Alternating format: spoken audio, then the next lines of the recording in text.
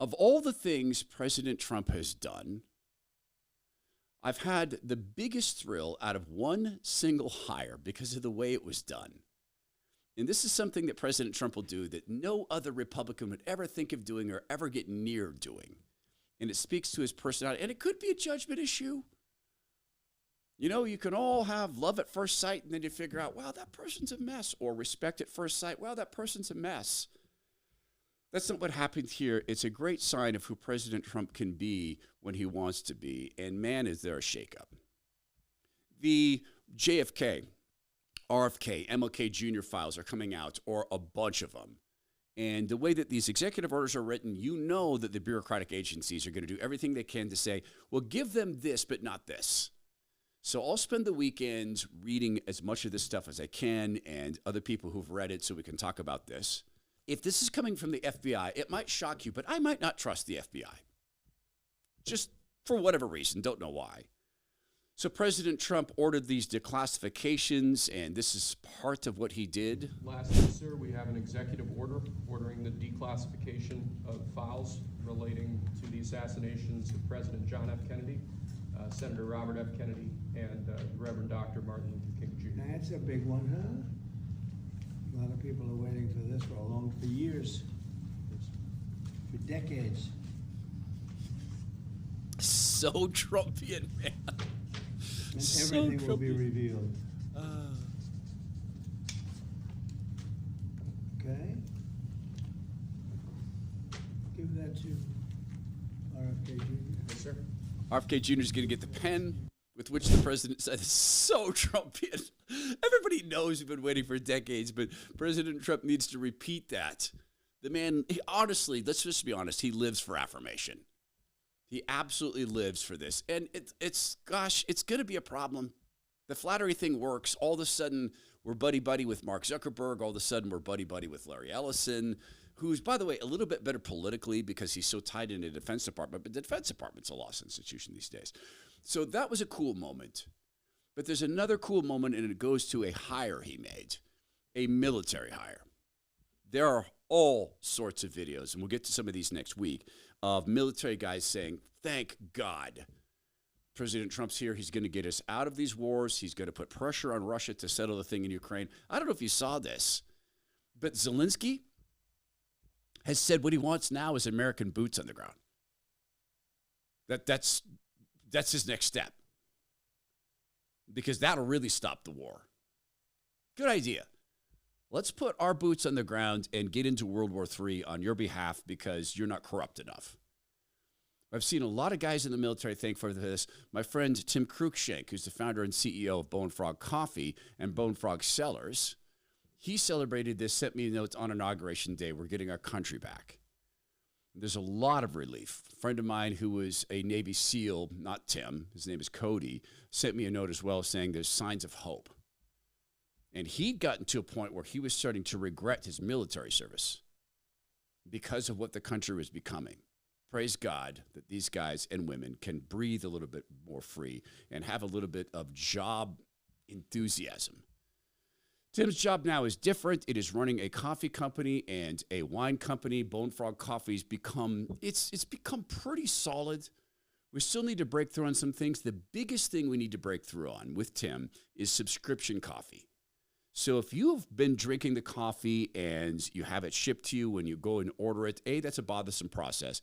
B, it doesn't help us grow the company with predictable revenues. I don't want you to do this just to grow the company, even though it says God Country Team on it, even though people love Cruikshank and his story. He was a Navy SEAL, 3 deployments on our behalf. But if you're buying the coffee piecemeal, please subscribe. Super easy process, and you'll save more money. bonefrogcoffee.com/Todd. That's bonefrogcoffee.com/Todd. And if you didn't get around to trying the wines in the holiday season, check out bonefrogcellars.com/Todd. And the wines passed a huge taste test at our house with our friends who are wine experts and folks who barely drink wine. They all loved it. bonefrogcoffee.com/Todd, bonefrogcellars.com/Todd. So President Trump announced a very, very cool hire. It's cool because of the way it came about. You might remember this. Yeah. Here, I got it. Mr. President, first off, I want to speak on behalf of everyone here and say thank you for taking time tonight to speak with our troops. Thank you. Thank you very much. We got a lot of good-looking men in this audience, don't we? Huh? So Trumpian. And a lot of good-looking women also, by the way. By the way, this dude is a good-looking dude. I mean, I'm not that way. Not that there's anything wrong. Sorry, it's a Seinfeld joke. I'm not that way, but he's clearly good-looking. Are you? Do you not think he's good-looking? Oh no, Well, okay, right. The Seinfeld reference. So this guy's name is Matthew Longmire, and he's on stage with President Trump. And President Trump's now going to say, "We got good-looking dudes." What, are you going to not address the women? Thank you very much. Okay, go ahead. I'm going to revisit something you've talked about already. My name is Matt Longmire. I was an Air Force F-15 pilot, and I was a commander in your newly created U.S. Space Force. I am also the first veteran of the Space Force because under the Biden-Harris regime, I was fired from my command and lost my pension for criticizing DEI trainings that were rampant in the military. Those trainings are still dividing our troops, and thank you for saying you would fire those few woke generals who are a big problem. They're gone. I'm going to suggest that it might, in fact, require ongoing oversight and a persistent, consistent, watchful eye within the Pentagon to ensure this monster never returns to the Defense Department.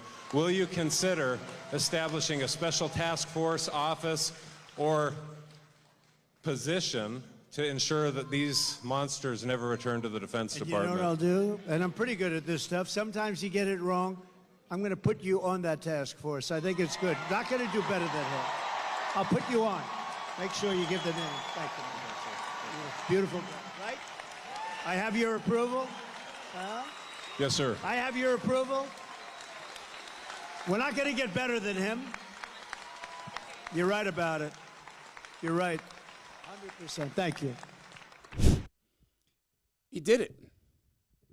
He's going to be the next Undersecretary of the Air Force. He's not on the committee. He's the Undersecretary. The president is making a habit of hiring people who actually did the work. You know, I don't watch TV, and we haven't had a TV for many, many years, like 20. But one show I remember that actually had some virtue to it was the undercover boss thing, secret CEO, where they go in to the businesses they run and discover sometimes great things, sometimes awful things. Like, wait, we're doing what? And I remember a couple of different episodes. One was a cookie company. Was it Mrs. Fields? I can't remember, but it was one of the, in fact, I can't remember the name, but they used to be right next door to the radio station in Salt Lake City when I worked there, and I weighed, about 400 pounds. So I'd like to be some cookies, and they gave away cookies because they'd come out and taste test. And anyway, she went into some of her franchises as an employee, and she walked in one morning, and the lady said, "Okay, this is going to be a tough day. We don't have cookie dough for the following cookies. These are our best sellers, so we're going to try to push some other cookies, but people are going to be upset. And also, some people have pre-ordered these cookies, and we're just not going to be able to fulfill those orders, so we're going to give them other cookies. We can't really give them discounts, but and she's the boss going, what? Yeah, there's going to be some really upset customers. So she discovered that, okay, we're not supporting our franchisees. They got to be able to have this. This is one of the reasons they pay us. And she made changes and went back to that franchise and said, I'm bringing you on the team. I want you to let people manage your stores. I'm going to pay you extra. I want you to come and get this figured out with us. The other was a hardware store. And this guy went in, and he was the chief, one of the chief's big bosses at the hardware store. And he's in there working, and there's a guy who's utterly brilliant, knows all the tools, knows where they're all set up. He has all sorts of construction background. He can help people figure out which tools to use, how to get it done, give them advice on the project, and he's not respected. He's not given hours, and the guy who's running the place is a literal pothead. but he knows the owner's family. Or not the owners, but the manager's family. And this guy just is behind the scenes going nuts. So when he reveals who he is, he didn't fire the pothead, but he said, you don't get to smoke pot anymore and come into this store. You're taking some time off. You can come back, but you're going to work in the back room. You're not going to manage anything. This guy's going to be the manager, and I want him to get a trot at being the regional manager. See, there's something to be said about people who see the way things really work, and that means that you're on the ground with people who really make things work. It takes humility to do that. Maybe President Trump really was touched with humility when he almost died twice.